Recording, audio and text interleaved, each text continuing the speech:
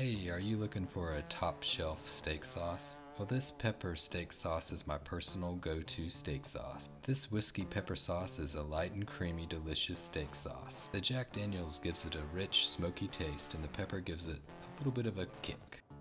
Hey everybody, and welcome to the Sauce and Gravy channel. This is Johnny Mac, and today we're going to knock this sauce out of the park. This is my go-to sauce, my Jack Daniel's pepper steak sauce. Alright, so let's begin. We're going to start off with the steak. How you cook the steak, that is going to dictate a lot of the taste of the sauce. So we'll begin with the steak first. I'm not going to teach you how to cook the steak, but I'll show you what you need to do in order to get the lovely flavors for this sauce. So we're going to start off with 1 tablespoon of olive oil on medium to high heat. Then we're going to go ahead and throw in a nice seasoned steak. I just put salt and pepper on my steak. So you're going to go ahead and sear both sides of the steak. Once you've seared the sides, go ahead and throw in another tablespoon of butter. Now the reason why you're throwing the butter in second is because the butter tends to burn a whole lot quicker than the olive oil or the oil. So you're going to put the oil in first, then the butter, melt it on down. So next we're going to add some aromatics. We're going to throw in 3 sprigs of rosemary. This will bring such a fresh, airy flavor to the sauce. Okay, so now we're going to continue on that flavor train. We're going to take 2 cloves of garlic, smash them with the palm of your hand, the bottom of a pan, smash them with a knife, get rid of their outer shell, go ahead and throw them on into the frying pan. Let it begin to get that wonderful flavor on in. Now from here, you're just going to cook that steak to however you prefer, whether it's rare, medium rare, well done, however you like it. I just make sure to baste it, get some of that lovely butter with those aromatic flavors and baste that steak. Okay, so we're done here with the steak, so we're going to go ahead and put it to the side. We're going to let it rest while we cook the rest of this lovely sauce. Now go ahead and grab the garlic and the rosemary, throw it up on that steak, let it sit up there for a little bit. Don't throw them away, we're going to use that a little bit later in our sauce. Okay, so check it out. The bottom of that skillet has a lovely brown fond. That is flavor. That is packed with flavor. So what you're going to do is go ahead and degrease, get all of the grease off. You might want to remove some of the excess aromatics if there's rosemary leaves or whatnot if you want to. It's not necessary, but we're going to go ahead and we're going to start scraping a little bit of the fond off. So go ahead and put in some butter and start scraping that fond off. We're going to get all of that flavor as much as possible as we can get into that wonderful sauce. This is absolutely delicious. Here we go. Now it's time to add the star of the show, the Tennessee whiskey, a little bit of Jack Daniel's, old number 7. Go ahead and throw 2 tablespoons into the sauce. And then of course an additional tablespoon or so for the cook. If you're cooking over an open flame, you might want to go ahead and turn off the flame while you add this alcohol, just in case you don't want to start a fire in the kitchen. So we're over medium heat here, so we're going to go ahead and we're going to cook all the alcohol out. So go ahead and reduce it down. And while you're reducing it down, go ahead and grab that spoon and start scraping more of that fond off the bottom of the pan. The more the merrier. That fond is what makes this sauce absolutely delicious. So we've cooked down the alcohol, we've really reduced the Jack Daniel's pretty well. So at this point we're going to go ahead and add veal stock, so half a cup of veal stock. If you don't have veal stock, you can always substitute with a little bit of beef stock.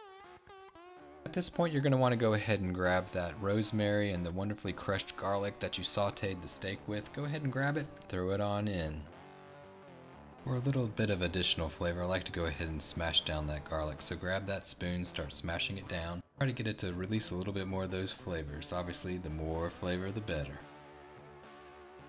So we're cooking over medium heat still here, and we're going to reduce this stock down by half. So you're going to cook it for about roughly 3 to 5 minutes and reduce it down. Now I've made a wide variety of whiskey steak sauces, and some use for thickening agent roux and some use creams. And I think I prefer the heavy cream, so that's what I'm going to stick with here.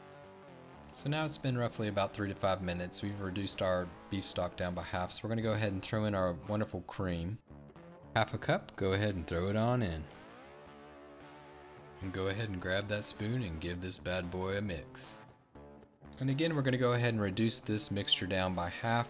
So we're still over medium heat, so it's going to roughly take about 3 to 5 minutes to reduce this by half. And while we're reducing this, now's the time to go ahead and add a little bit more flavor. So 1 teaspoon of black pepper, go ahead and throw it on in. And then again, here we go. A little bit of our friend W sauce. Go ahead and throw a dash of W sauce or Worcestershire sauce into the old mix. And go ahead and give this guy a little stir and complete the reduction of this delicious sauce. Now this sauce it's really my go-to sauce. This is the sauce I use with the majority of my steaks, and I really just love it with cream rather than a roux, this type of whiskey sauce. With a roux, a whiskey sauce just seems to be a little bit too heavy, a little bit too potent, a little bit too strong.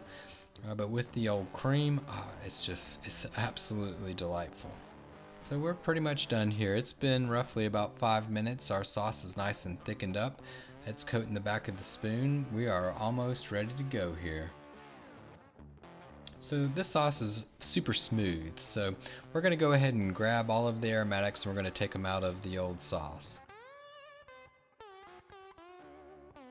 Grab a strainer, grab a bowl, grab whatever you have, and we're going to go ahead and strain it on out. Go ahead and grab that saute pan and dump that sauce on it. Go ahead and filter it on through.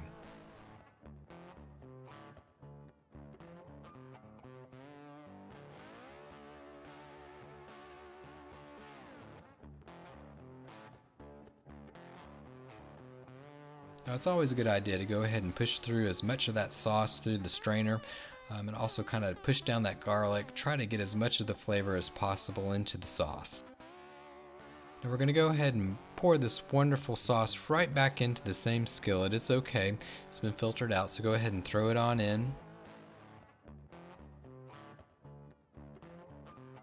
So at the end of the process here, we're going to throw in 1 notch of butter.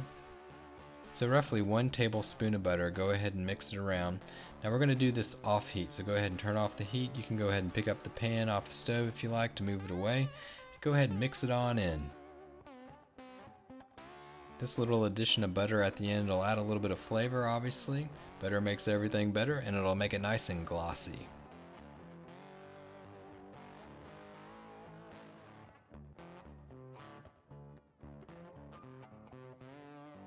Check that out, y'all. This is my go-to sauce. This is my steak sauce that I go to on a constant basis. It's absolutely delicious with a wonderful steak. With a little bit of fries. Dip those fries into it. Fantastic. Look how nice and thick that is. Absolutely delicious.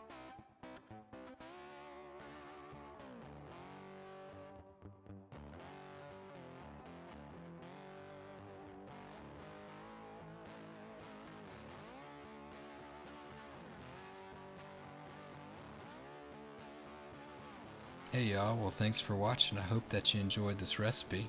Please do leave your comments below. I'd love to hear what you have to say.